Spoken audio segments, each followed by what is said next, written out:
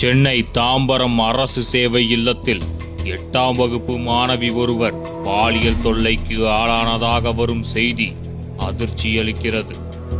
சிறுமிக்கு பாலியல் தொல்லை அளித்ததாக விடுதியின் காவலாளி கைது செய்யப்பட்டிருப்பதாகவும் செய்திகள் வருகின்றன.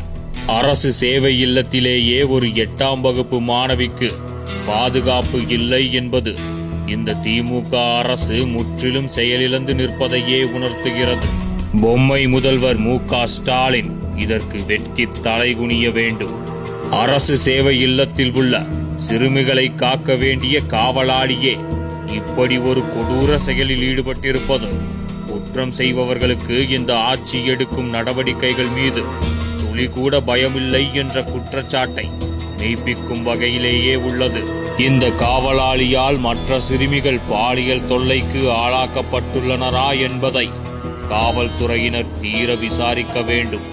தமிழ்நாடு டெல்லிக்கு அவுட் ஆஃப் கண்ட்ரோல் ஆக இருப்பதாக யாரோ எழுதி கொடுத்த டயலாக்கை பேசும் பொம்மை முதல்வர் அவர்களே, உங்கள் ஆட்சியில் அவுட் ஆஃப் கண்ட்ரோல் ஆக இருக்கும் பாலியல் சார்களை எப்போது கண்ட்ரோல் செய்ய போகிறீர்கள்?